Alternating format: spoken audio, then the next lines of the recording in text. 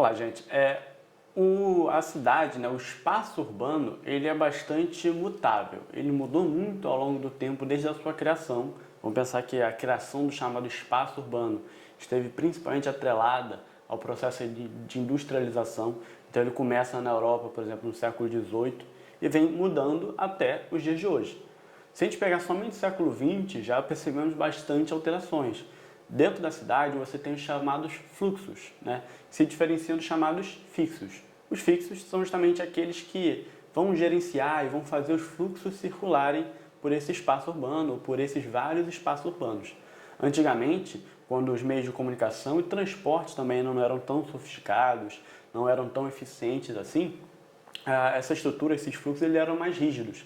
A chamada metrópole nacional, que é uma cidade de maior importância para um país, ela exercia um papel hegemônico sobre as cidades menores.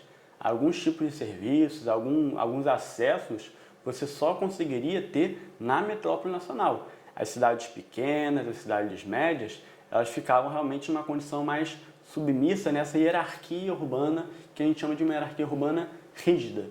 Se você morasse numa cidade pequena e precisasse de algum serviço sofisticado, ou até mesmo às vezes cursar uma universidade, por exemplo, você precisava ir buscar uma cidade maior, às vezes até mesmo uma metrópole nacional. Com o passar do tempo, as cidades foram se alterando, né? As cidades grandes, os países mais ricos, por exemplo, foram perdendo um pouco da sua posição de hegemonia, né, totalmente, mas continuavam importantes. As cidades médias começaram a crescer, os meios de comunicação, principalmente eles, e os de transporte também, começaram a se tornar cada vez mais eficientes. A comunicação começou a ficar em tempo real.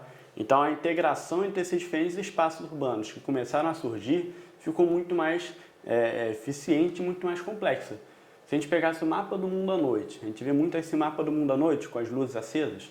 Na década de 50 você tinha muito menos pontos luminosos no mundo do que você tem hoje. Esses pontos luminosos indicam que há muito mais cidades existindo hoje em dia. E o fluxo entre essas cidades é muito mais complexo, tá ok? Então, assim, essas cidades médias, elas têm ganhado importância. Sendo assim, reparem só na alternativa E. Fala a descentralização, que é justamente isso que a gente está falando, das atividades e serviços para cidades menores, ocasiona perda do poder econômico e político das cidades hegemônicas, das redes urbanas. As cidades hegemônicas, elas perderam um pouco da sua hegemonia? Um pouco. Elas estão dividindo um pouco mais o cenário dos fluxos urbanos. Mas perderam completamente o poder, como ele coloca aqui, perda do poder econômico e político? Não.